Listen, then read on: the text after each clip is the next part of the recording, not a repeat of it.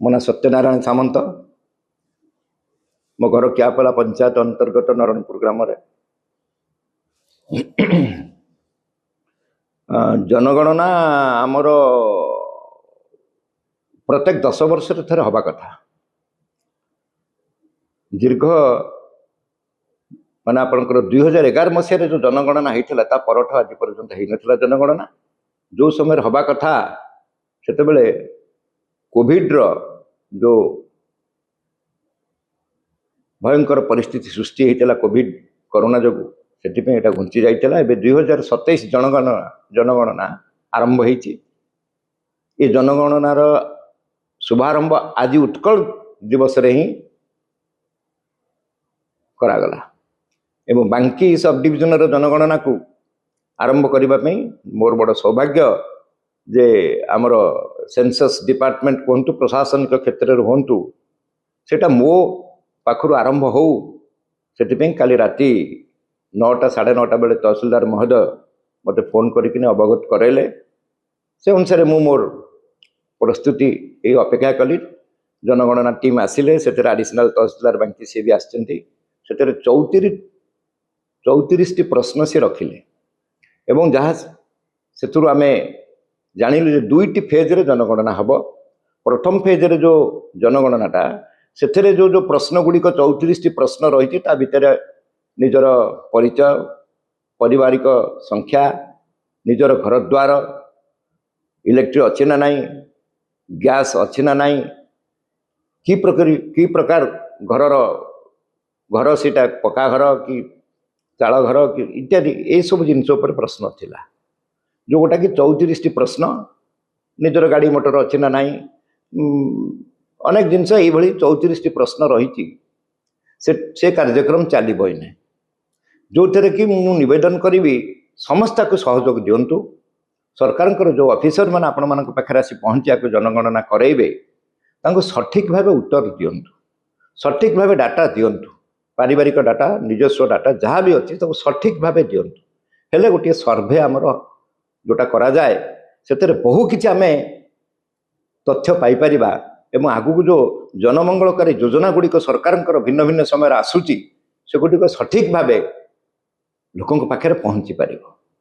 या पर द्वितीय फेज आसो। द्वितीय फेज रे आमर जमी बाड़ी ठू आरंभ करी इनकम ठू आरंभ करी एवं आमर संख्या दृष्टि महिला मानकर प्रगति ठू आरंभ करी घरे शिशु मानक ठू आरंभ करी कॉलेज पर्यंत पढ़ुवा पिला मानकर विषय में तथ्य पचरा से गुड़ी आप सठिक भाव उत्तर दिंतु।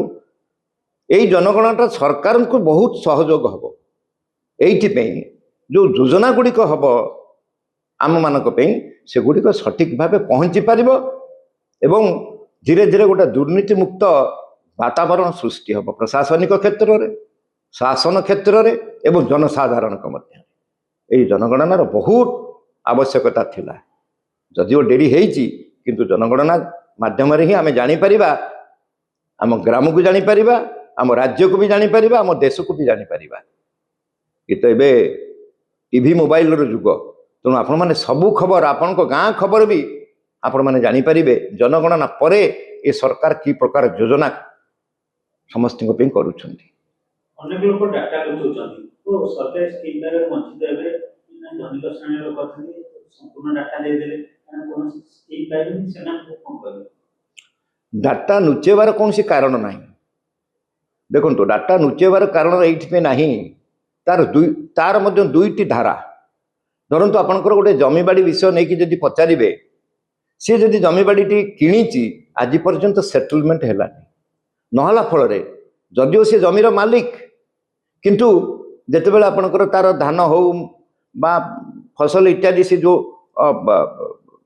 बैंक को जीव ऋण टिके करिवो कि जहाँ करिवो जेहेतु ता ना रेकर्ड नहीं तेणु से करें से आम मैंने जदि कहबा जे नहीं से डाटा नुचौची से केमती नुचौ ता रेकर्ड तो से देखई पारुनी। से सेटलमेंट आवश्यकता अच्छे। आज जो तहसीलदार महोदय आसते मुझे नवेदन कर दीर्घ दिन धरी आम एटा चाहूँ जे सेटलमेंट बांकी 62 मसीहा आज पर्यंत होती डाटा नुचेबार कौन सी कारण ना। द्वितीय जिनस डाटा कौ माने नुचाती जो मान पाखे କିଛି କଳାଧନର ବ୍ୟବସ୍ଥା ଥିବ, କଳାଧନର ବ୍ୟବସ୍ଥା, ସେଇମାନେ ଡାଟା ଲୁଚେଇବେ। ଏଥିରେ ଯାହା ପଚରା ଯାଉଛି ଏଥିରେ ଡାଟା ଲୁଚେଇବାର କୌଣସି କାରଣ ହିଁ ନାହିଁ। ମୋର ଗାଡ଼ି ଖଣ୍ଡେ ଅଛି, ମୁଁ ଗାଡ଼ି ଖଣ୍ଡେ ଅଛି କହିବି। ସେମିତି ପଚାରୁନାହାନ୍ତି ଯେ ଗାଡ଼ିଟା କେମିତି କିଣିଲେ, କି କାହାଠୁ କିଣିଲେ, କି କୋଉଠୁ କିଣିଲେ, କେତେ ଟଙ୍କାରେ କିଣିଲେ, ସେ ତାହା ପଚାରୁନାହାନ୍ତି। ସରକାର ଜାଣିପାରିବ ଯେ ଆମେ ଦୁର୍ବଳ ଅବସ୍ଥାରେ ଅଛେ ନା ସ୍ୱଚ୍ଛଳ ଅବସ୍ଥାରେ ଅଛେ, ତାକୁ ଚାହିଁକିନି ସରକାରଙ୍କର ଯୋଜନା ହେବ। ସୋ ଅଣ୍ଡର ବିପିଏଲ୍ ଏବଂ ବିପିଏଲ୍ ସମସ୍ତଙ୍କ ପାଇଁ ଭିନ୍ନ ଭିନ୍ନ ସ୍କିମ୍ ଅଛି। ଯେ ଡାଟା ଯେଉଁମାନେ ଲୁଚଉଛନ୍ତି ତାଙ୍କୁ ମଧ୍ୟ ଯଦି ଅଜଣାତରେ ଲୁଚି ଯାଉଛି ସେ ଅଲଗା କଥା, ଜାଣି ଶୁଣିକି ଯଦି ଡାଟା ଲୁଚଉଛନ୍ତି ତାହେଲେ ନିଜ ଗୋଡ଼ରେ ସେ ନିଜେ କୁରାଡ଼ି ପକାଉଛନ୍ତି। ଆଗାମୀ ଦିନରେ ସରକାରଙ୍କର ଯେଉଁ ନିୟମିତ ଯୋଜନା ଗୁଡ଼ିକ ଆସିବ ସେଥିରୁ ସେମାନେ ବଞ୍ଚିତ ରହିଯାଇପାରନ୍ତି। ତେଣୁ ନିବେଦନ ଯେ ଆପଣମାନେ କୌଣସି ଡାଟା ଲୁଚାନ୍ତୁ ନାହିଁ। ବହୁ କ୍ଷେତ୍ରରେ ଲୋକମାନେ ଅଭିଯୋଗ କରନ୍ତି ଯେ ଡାଟା ଲୁଚେଇଲେ, ସେ କେଉଁମାନେ ଲୁଚାନ୍ତି? ଯେଉଁମାନେ କଳାଧନର ଅଧିକାରୀ ସେଇମାନେ ଡାଟା ଲୁଚାନ୍ତି। କିନ୍ତୁ ବାଙ୍କିର ପ୍ରଥମ ନାଗରିକ ଭାବରେ ଆମେ ଯଦି କହିବା ଯେ ଆପଣଙ୍କୁ ବିବେଚନା କରାଗଲା ପରୋକ୍ଷ ଭାବରେ, କେତେ ଖୁସି? ପ୍ରଥମ ଜନଗଣନାର ପ୍ରଥମ ନାଗରିକ ହିସାବରେ ମୁଁ ଖୁସି ଏବଂ ନିଜକୁ ମଧ୍ୟ ଗୌରବ ଅନୁଭବ କରୁଛି ଯେ ପ୍ରଶାସନ ମୋତେ ହିଁ ବାଛିଛି। ମୁଁ ବହୁତ ଖୁସି ଏବଂ ମୁଁ ଜଣେ ଏ ବାଙ୍କିର ସିଟିଜେନ୍ ବୋଲି ନିଜକୁ ଆଜି ଗର୍ବ କରୁଛି ଯେ ମୁଁ ପ୍ରଥମ ସିଟିଜେନ୍ ବୋଲି ଯେଉଁଟା ଆପଣ କହୁଛନ୍ତି ସେ ବି ଆଜି ଅନୁଭବ ହେଉଛି ମୋତେ। नमस्कार, मु आडिशनल तहसील बांकी तहसील आउ 2027 जनगणना जो आमर प्रथम फेज रे जो आरंभ हो 16 एप्रिल 2026 रु 15 मे 2026 पर्यंत जो प्रथम फेज रे जनगणना आरंभ हो ता पूर्व आमर सेल्फ एनुमरेशन करने आमर 1 एप्रिल 2026 रु 15 एप्रिल 2026 जाई तार साइटटा खोला रहिबो। से साइड रे समस्त जनसाधारण मु अपील करी निजे निजर सेल्फ एनुमरेशन करूँ आउ भारत जनगणना कार्य को सफल करने समस्त निवेदन कर। लक्ष्य है भारत जनगणनार मूल उद्देश्य है आमर जनसंख्या केते आ लोकंकर डेमोग्राफिक डिटेल्स आउ इकोनॉमिकल डिटेल्स जहाँ रहिबो ता विषय ये सब तथ्य आमर रहिबो। एथिरे 34टा प्रश्न एनुमेटर माने प्रति घर को बुली पचारे आउ यही सब सठिक तथ्य समस्त देवे बोली समस्त अनुरोध। बांकी ठू सेल्फ एनुमरेशनटा हूँ आज आरंभ है 15 एप्रिल जाए चलो किंतु माने सेल्फ एनुमरेटर माने आपण घर घर विजिट करेंगे 16 एप्रिल रु 15 मे